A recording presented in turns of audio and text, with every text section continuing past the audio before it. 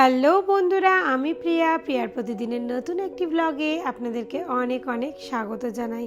আজকে একটা উইকডেজ, আজকে মঙ্গলবার, কিন্তু আজকে তোজোকে আর স্কুলে পাঠাইনি। তোজোর আজকে ডেন্টাল চেক আপ আছে, তাই তড়িঘড়ি সকালবেলা উঠেই আগে রান্নাটা সেরে নিচ্ছি। আপনারা তো জানেনই আমরা বিদেশে সব কিছুই নিজের হাতে করি, তাই আগে রান্নাটা সেরে রেখে না গেলে দুপুরে এসে আর খেতে পাবো না।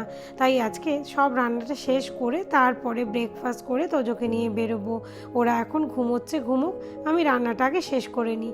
জানেন, ক্যানাডায় এই ডেন্টাল ট্রিটমেন্টের মারাত্মক খরচ। আমি এরকমও গল্প অনেকের কাছে শুনেছি যে এই ডেন্টাল ট্রিটমেন্ট করানোর জন্য নাকি দেশেও অনেকে ফিরে যায়। যে পরিমাণ খরচ দিয়ে এখানে একটা দাঁত তুলবে, সেই খরচে নাকি ফ্লাইটের টিকিট কেটে দেশে পৌঁছে যাওয়া যায়।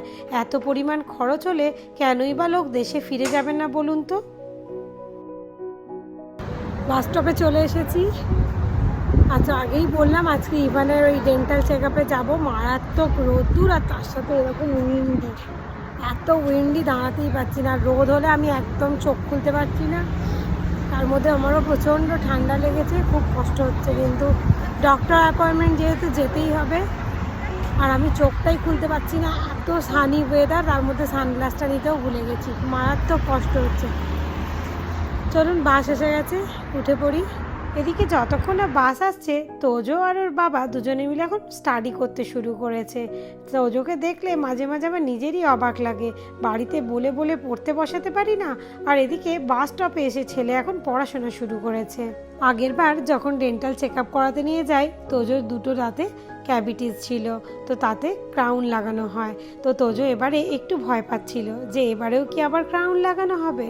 তো ওকে বুঝিয়ে বলছিলাম যে না না, এবারে তোমার শুধুই চেক আপ হবে। বাড়ির সামনাসামনি অনেকগুলো ডেন্টাল ক্লিনিক আছে, কিন্তু এটা যেহেতু কিডস স্পেশাল, তাই আমরা এই অ্যাপেল ট্রি ডেন্টাল ক্লিনিকেই আসার চেষ্টা করি। এখানে সমস্ত পেডিয়াট্রিক ডেন্টিস্টরাই থাকেন, আর সমস্ত ইনস্ট্রুমেন্টও একদম কিডসের জন্য। চলুন, চলে এসেছি, এবার ভিতরে যাই। এখানে আবার একজন গার্জেনকেই অ্যালাউ করে, তাই কৌশিকই ভিতরে যায় আর আমি বাইরে রিসেপশনে ওয়েট করি। আর ভিতরে বিভিন্ন গেমিং জোন আছে, যেখানে বাচ্চারা অনেকটা সময় কাটাতে পারে, কিছুতেই বাড়ি নিয়ে যাওয়া যায় না। আজকে ওর চেক আপ করতে প্রায় $200 মতো আমাদের খরচ হয়েছে, ইন্ডিয়ান কারেন্সিতে, যেটা 12,000 টাকা।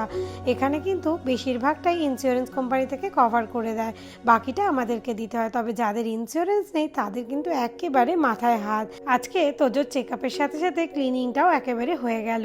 চলুন, আজকের ভিডিওটা তাহলে এখানেই শেষ করি। এবার আমাদের বাড়ি ফেরার পালা। আপনাদের কেমন লাগলো অবশ্যই আমাকে কমেন্ট করে জানাবেন। আজকের মতো টাটা, দেখা হচ্ছে পরের একটি ভিডিওতে।